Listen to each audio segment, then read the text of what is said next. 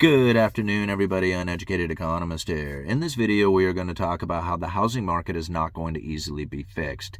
And I think a lot of times people look to the new administration with the ideas of deregulation or opening up of federal lands is going to somehow provide a bunch of cheaper inventory for the first-time home buyer or the low-income home buyer in order to get into that property ownership. And when I hear this, although I think it's a great idea as far as how it sounds, the reality of the situation, I believe, is much different. So when we look at what is taking place with the new construction market, this is really what we have to look to in order to find the new inventory, because inventory is really going to only come from two places: existing homes, meaning that people who are living in those homes want to sell them, and considering that they probably have a cheap mortgage on it or they don't want to take out a higher mortgage, considering where they are today. Most of the people are finding themselves stuck in the home that they are living in now, and that they are not going to flip that into another home, which doesn't bring inventory from the existing market. So where does the inventory come from? It has to come from new construction. So when we take a look at what's taking place in the new construction market, we're finding that permit issuance and starts are falling. They're not rising. When you see permit starts or permit issuance and new starts falling, that's the gap in production, and a gap in production needs to be made up for. So anytime you have a slowdown in new construction, you have to ramp up construction beyond that of what it is that would normally be taking place in order to make up for the slowdown, and then you have to ramp it up even more to start filling in for what it is that has been missing from inventory to begin with. So again, if you have a slowdown in starts and permits, then what you're going to have to do is ramp up the starts and permits to the level that they once were, and then really ramp it up beyond that to make up for the fact that you haven't been producing. This is part of the bullwhip effect. And once you see it within not only production of other items out there, but within the housing market itself, you have to then question, how is it that this new construction is going to ramp up, not only to make up for the fact that we have fallen in new starts and permits, but then also ramp it up beyond that to bring the new inventory that could actually bring housing prices down. And so when we think about how it is that this new construction market can ramp up in a very dramatic way, many times people do not put into the argument that there is also a material shortage that is happening out there. Lumber is in a very, very tight position when it comes to the inventory level that is out there. Mill curtailments, mill shutdowns, inventory depletions, this has been taking place and very prominent within the lumber market over the last year.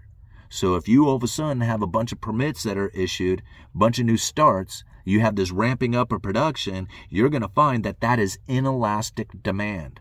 So you have elastic demand and inelastic demand. And this is the reason why we faced so high prices of lumber a few years ago, is because it came from inelastic demand. Now, if you're going to build a woodshed, you're going to build a chicken coop, you're going to do a remodel to, expand the house out a little ways, those projects can be postponed. They're not necessities. But if you take out a permit to build a home and you poured that foundation and you have started that process, you are going forward. You have no other choice. That is inelastic demand. So you have elastic demand and inelastic demand. Permit issuance and starts is inelastic demand. And if you have a ramping up of production due to deregulations or even an opening up of federal lands and the push coming from the government to say, hey, get out there and start building these new homes, what you're going to end up finding is, even though they've made it cheaper for land cost or permitting issuance and stuff like that, you're going to find that the inventory levels within the building material industry is going to be depleted if you have any kind of dramatic rise in new construction, especially when it comes to the lumber. I mean, we faced this back just a few years ago. And as many people want to blame this on greed and manipulation and all the other stuff, I was calling it out literally years before it happened, warning people about the major depletion that was happening within the lumber industry all throughout 2019. I've been doing it again for the last year, trying to show how it is that the mills are not profitable at $500 per thousand, and that they would much rather be up here around $600 or $650 per thousand. And although we are now now finding that the lumber futures are up around $650 per thousand. The permit issuance and starts is depleting. This does not give the mills a lot of hope to go out there and produce a bunch of lumber to have in inventory so that they can provide to the housing market that is ramping up in production. They can see the permit issuance and starts just the same as everybody else. And if you do not see that ramping up, why would you provide a bunch of material for something that is not happening? See, this needs to be understood, because even if you did all of a sudden have a ramping up of permits and issuance, it's not like the lumber mills can just instantly supply that much lumber. It takes time. Lumber is heavy. It comes from the woods. You got to fall the tree. You got to haul it to the mill. You got to mill it up. You got to haul it to distribution hubs, haul it to retailers, haul it to the job site. This takes time, effort, energy, and it's not cheap. If you're doing a lot of it and you have a lot of production out there, then you will have cheaper prices. But if you have a huge demand for it and not a lot of production taking place, and even if you're trying to ramp up production because it takes time, you're not going to find that inventory level can just instantly rise. You will find inelastic demand forcing the supply down and the prices up, and this will not be able to provide cheaper homes, not into the new construction market. So even though you may have depleted the price over here, the cost of building a home, what will happen is on the other side, the prices will increase. So there is no bringing inventory to the market in a cheaper fashion if you are ramping up production in a dramatic way. This is something that we really have to consider. I mean, take a look at some of the articles I leave down in the description. Lowe's, for example, just recently talked about how the retail space is slowing down. I experienced this myself working at the retail side. I've talked about how retail is dying on the vine. There was a time where I would get daily phone calls from people. How much is this? How much is a window? How much is a door? How many people do you know who do construction? I need construction work done today. Those calls have almost evaporated. The idea of people coming in saying, hey man, I'm really excited about getting a new construction started is very low. Like, new construction takes place all the time. You're never going to find a time in history in which that new construction stops completely. Like, there is times like during COVID in which it came very close, but always since the beginning of time, since the beginning of the existence of human race, they have always tried to put a structure together of some sort, no matter how you look at it, no matter what the economic conditions are in. So we are going to find that there is some demand, but if the demand is so low like we are experiencing today, then the profit does not come to the people who are actually going to provide those products out there. Whether it's a house, whether it's lumber, doesn't matter what it is.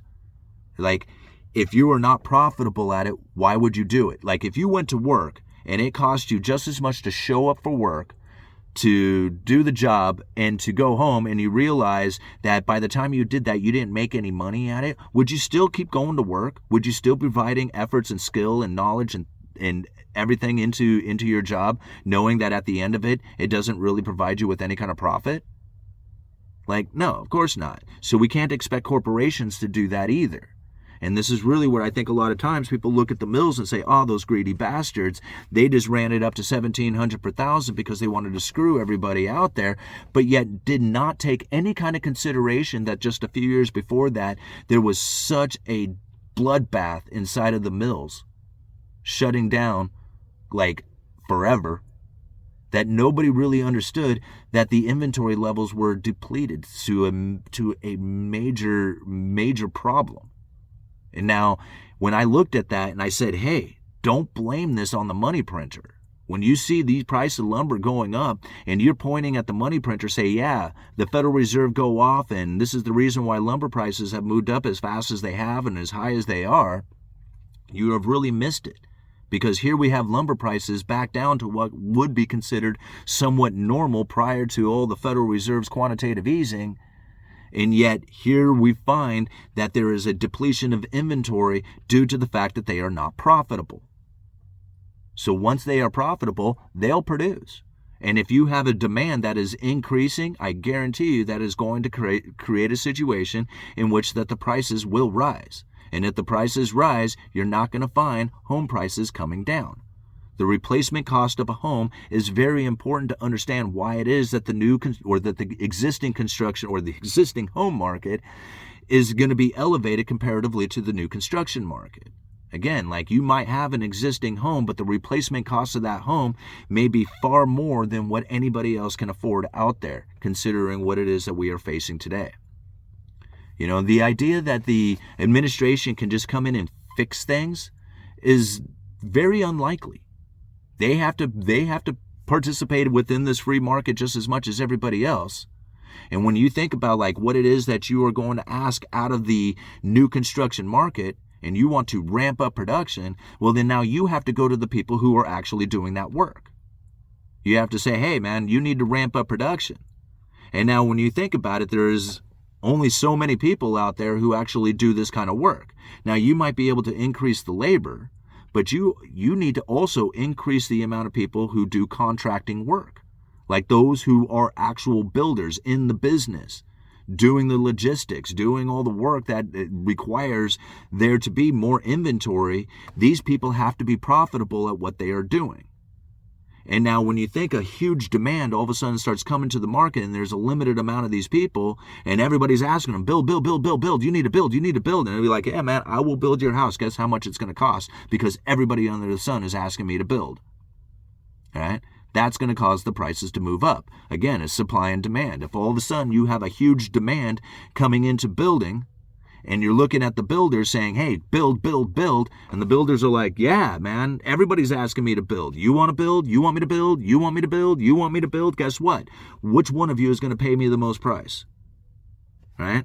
Because that's really what it's going to come down to is money talks. And so all these people said, hey, man, I got cheap land. I got the regulations down. I need a builder. And it was like, you can't find a builder right now, can you? And if you can't find a builder, you're going to pay a higher price to get one to come to your job site. And this is the situation that we would face if we have any kind of dramatic rise in production. Again, we have to look at it beyond just that of like, hey, we can magically make it all happen by deregulations and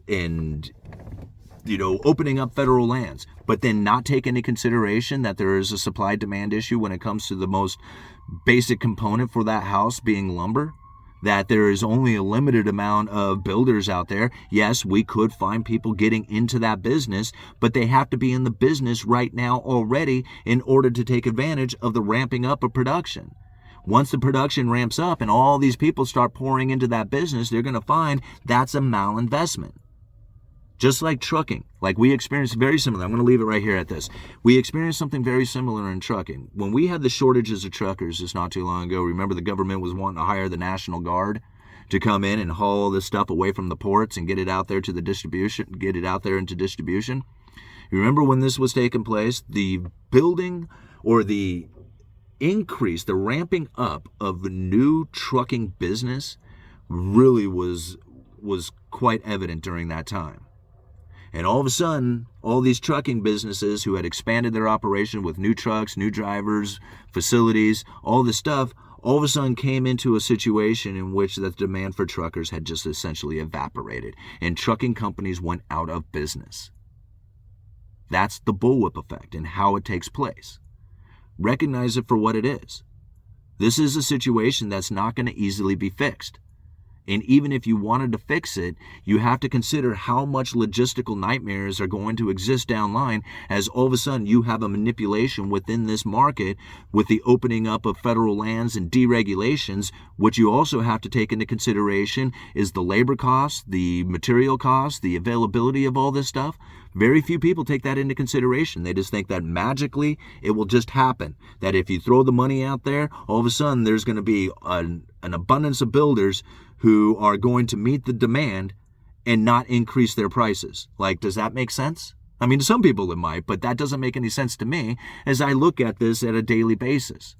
Saying that if you all of a sudden have an increase in demand and you have a limited amount of supply and you don't expect prices to go up, I mean, really? Uneducated economist, you guys let me know.